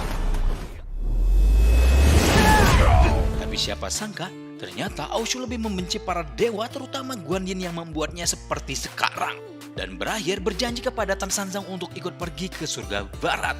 Mereka ini sebelum bertarung malah perkenalan dulu. Ya intinya saling membanggakan diri gitu ya. 海龙族王子，小子，你找死！轮印，王手！谁怕谁呀？ Di lapangan tanah gersang, Baelong dan Tan Sanzang mendapatkan lawannya masing-masing. Baelong yang buta belum terbiasa dan hanya bisa menerima semua pukulan Ciseng. Ciseng bahkan mengejek iblis lemah seperti Baelong tak pantas melihat kekuatan penuhnya. 妖兽，还没看到我们实力！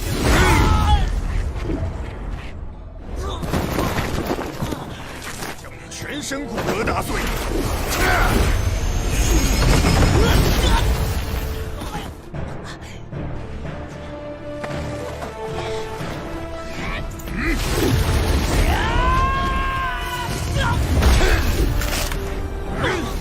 我的手，这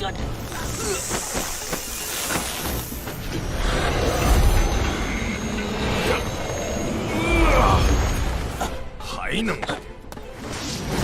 破风转轮印！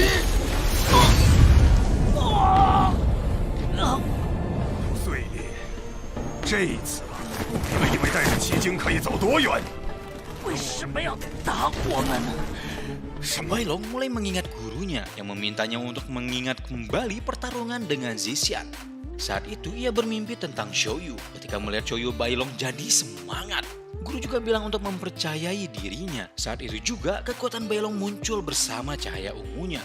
Ia yakin selama ia mempercayai dirinya tak akan ada siapapun yang mengalahkannya. Semua orang yang ada di sana melihat Baelong yang pulih dan kekuatannya yang tak biasa.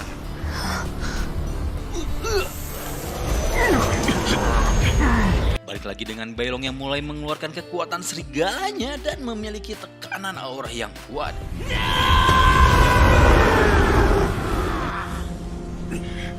他的狼火有这么强的压迫力？ Tan Sanzang yang meliriknya berbicara tentang anak ini gampang percaya dengan kata-kata motivasi bangke, motivasi Mario Teguh. Wah, Mario Teguh terkenal juga ya. Entah itu terjemahan aslinya atau emang ulah tak karirnya ya. Si topi bundar Beijing yang dari tadi hanya menjadi penonton terkesima dengan kekuatan Bailong yang meningkat drastis. Dengan begitu, Tan Sanzang, Bailong, dan Asu bisa mengalahkan 3 Jingang. Karena itu dia berniat berpura-pura ikut bertarung dengan mereka lalu pergi karena tak ingin melukai mereka. Tapi niat itu gagal karena kedatangan Guan Yin yang ingin langsung turun tangan. 剩下的我便不眠不休地飞来，但还是奇经是否安好？是的，大家都做得很好，现在就让我结束这里。 Jauh di belakang, Aoshu sedang mengancam akan menguliti Qingsu didatangi Guan Yin. Guan Yin memunculkan Garuda yang merupakan musuh alami naga. Ternyata Garuda sangat suka memakan daging naga. Bulu mereka yang tebal dan berat sangat sempurna melawan serangan api, angin, dan petir dari suku naga. Akhirnya Aoshu terkurung dalam cengkeraman kaki Garuda. 解决一个藏，我劝你要安分守己，偏偏不听。现在杀死鬼！想到了，你验不可方物的人鱼来抚平你焦躁。唐藏啊！ 你就困在这个封印里幸福。 Bailong yang hendak menyerang Guan Yin tertahan oleh tameng buatannya dan menghukumnya dengan hukum pilar api.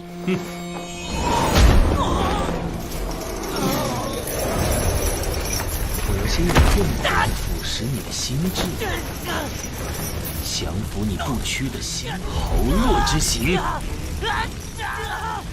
Rasa sakit itu akan terus meningkat dan tak akan pernah habis. Semakin kuat semangat bertarung Bailong, semakin ia menderita. Bahkan binatang paling kuat pun akhirnya menyerah. Para Jingan akhirnya berkumpul di depan tempat hukuman Bailong. Mereka terus memuja Guan Yin yang kekuatannya hebat dan tak terkalahkan. Para Jingang merasa malu karena misinya harus dibantu oleh Guan Yin. Tapi Guan Yin dengan murah hati akan melaporkan misi ini berhasil berkat mereka dan mereka akan menerima hadiah. 会如实报告帝释天，必定有赏。多谢观音大人。迄今历经重重又见面了，这一次由我亲。 Ketika Guan Yin akan menggapai kitab suci, tempat hukuman Tan Sanzang akhirnya pecah dan Tan Sanzang berhasil keluar dari sana. Setelah sekian lama 16 tahun yang lalu, akhirnya Tan Sanzang tak takut dengan Guan Yin dan berani berkata, 我徒弟 Guan Yin merasa kekuatan Tan Sanzang tak setinggi dirinya meskipun bisa keluar dari segel buatannya. Karena itu Tan Sanzang menantang Guan Yin untuk bertarung karena dengan itu dia bisa baru tahu level kekuatan mereka seperti apa. Guan Yin meminta para Jingang menjaga kitab suci ketika ia membereskan Tan Sanzang. 我挑战的倒是勇气可嘉。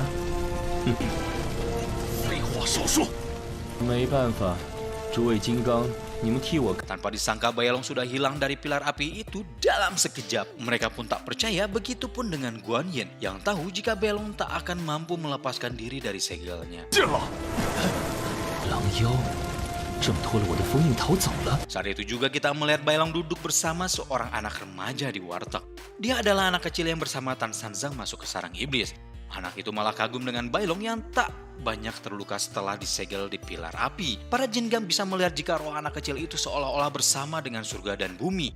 Sangat kuat tapi juga sangat lembut. Guan Yin menjadari orang yang bisa melepaskan segelnya hanyalah dia.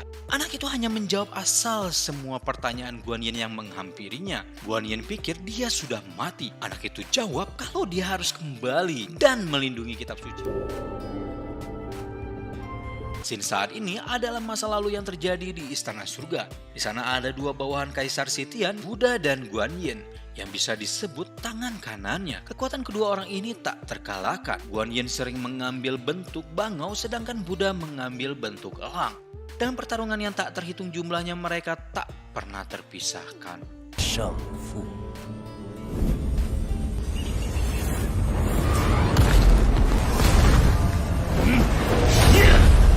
Kembali ke masa saat itu, Buddha kecil ini kembali setelah 16 tahun untuk mengambil tugasnya lagi menjaga kitab suci. Ia dikenal sebagai pengkhianat surga. 6年的叛徒，竟然会建在这里！有他在的话，事情就会有变，绝不在杀心观音之下。 Karena fokus ke Buddha, Guan Yin menghilangkan ilusi Garuda yang menyerang Aoshu.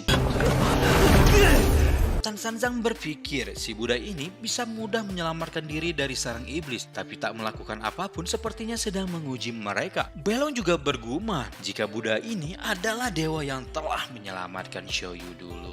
Kekuatannya yang besar melemparkan banyak barang dan mereka yang di sana juga sempat terbiasa menahannya. Buddha ini bernama Gautama ternyata. Di setiap langkahnya tanah berubah menjadi es. Selama Buddha menghilang, Guan Yin selalu berusaha menebus kegagalannya menjaga kitab suci. Tapi sekarang ia harus melawan Buddha untuk mendapatkan kitab suci. Buddha juga demikian. Ia tak bisa menyerahkan kitab suci begitu saja ke tangan surga. Karena mereka teman di masa lalu, ia menawarkan kesepakatan untuk bertarung 1 lawan 1. Jika Buddha menang melawan Guan Yin, harus melepaskan Tan Sanzang dan kawan-kawannya untuk melanjutkan perjalanannya ke surga barat. 你我皆只出一招。 Tapi jika Guan Yin menang, Buddha akan mundur dan tak ikut campur lagi urusan mereka. Kesepakatan ini berjalan dengan syarat hanya dilakukan dengan 1 serangan dan gerakan. Guan Yin tanpa ragu menyetujuinya. 这可是你说的。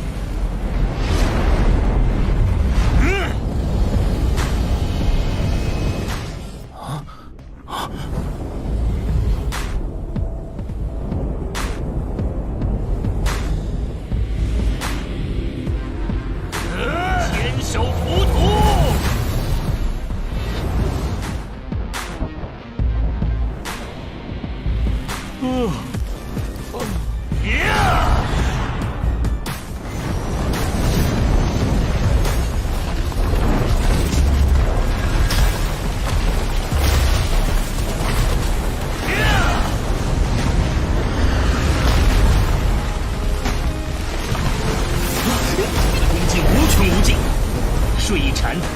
Buddha bilang kalau Guan Yin yang memiliki hasrat menyerang yang terlalu kuat, dia tanpa sadar telah meninggalkan celah dalam serangannya. Dan saat itu juga satu bunga tumbuh tinggi membawa Buddha mendekat ke arah Guan Yin. Dan...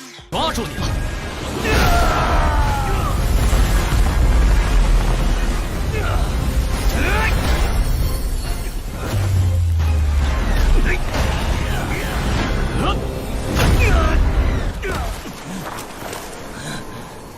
Setelah pertarungan tersebut, Guan Yin dan rombongannya pun harus merelakan kitab suci dan para pelindungnya. Buddha sempat bertanya, apakah orang surga tak merasa Kaisar Sitian telah berubah sejak saat itu? Tapi Guan Yin tetap membela Kaisar Sitian. 你编造再多的谎言，也欺骗不了我。 Para jin kan khawatir bagaimana mereka harus melapor, tapi Guan Yin bilang dia yang akan mengurusinya. 下次再碰头，你就没有今天这么好运了。 Buddha yang melihat mereka pergi mendoakan Guan Yin, semoga posisi Guan Yin di hati Kaisar Sitian tak berubah dan suatu hari Guan Yin akan mengerti. Di belakang Tan Sanzang menyuruh muridnya untuk bersiap.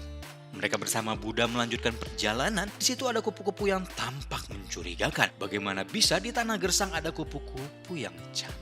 Bailong melihat darah mengalir di tangan Buddha. Tan Sanzang juga menyadari itu. Buddha bilang, jangan khawatir, tubuhnya adalah boneka yang terbuat dari tanah, sedangkan tubuh aslinya terkubur di dalam es. Karena batas waktu dari bonekanya sangat singkat dan karena tadi pertarungan sangat hebat, ia terkena banyak serangan, jadi tubuh bonekanya akan segera hancur. Untungnya musuh sudah tak mengejar, kalau tidak mereka tak akan mudah untuk kabur. Buddha mulai menasihati Aushu. Ia bilang kalau Aushu banyak menyia-nyiakan kekuatannya. Kalau dia bisa mengendalikan diri, dia pasti menjadi salah satu petarung terkuat di antara para naga. 喂，什么意思？ Dan kepada Bailong ia berpesan tak perlu seberapa putus asa dirinya, jangan sampai hatinya berubah menjadi hitam. Lalu ia menyerahkan kalung tasbihnya kepada Tan Sanzang sebagai alat komunikasi dan dia perlahan menghilang. 等我出关，立刻跟你们会合。护送奇经的重任，只能依靠三。 Mereka akhirnya melanjutkan perjalanan dengan rengekan Aushu tentang tangannya yang kembali bergetar. 喂，你听到没有啊？快医治我呀，喂！ Di suatu tempat yang sejuk di bawah pohon rindang, seorang kakek terbangun dari tidurnya setelah kupu-kupu cantik itu menyampaikan pesannya. Dia adalah Kaisar Sitian. 来， Dan alur cerita Donghua si Xingji season 1 ini pun bersambung. Gimana menurut kalian? Seru kan? Wah, pertarungan Buddha dan Guanyin walaupun singkat ini sangat seru menurut saya. Visualisasi karakter mereka indah gitu, estetik ya. Jangan khawatir, kita nggak bakal berhenti di sini. Misteri si Shinji masih belum terungkap. Semua pertanyaan masih rapi di sini guys. Jadi kita bakal lanjutin terus sampai season 2 dilanjut lagi ke season 3. Dan saat pertemuan dengan Sun Wukong atau Sun Gokong alias Kera Sakti juga semakin dekat. Kalian tahu kan Sun Wukong atau Sun Gokong guys? Coba tulis di kolom komentar ya. Buat kalian yang baru gabung di channel ini langsung aja tinggalin jejak dengan like, subscribe, dan aktifin loncengnya. Oke, sampai jumpa di session 2 part 5 guys. Rama di sini dengan penuh cinta pamit. Bye-bye.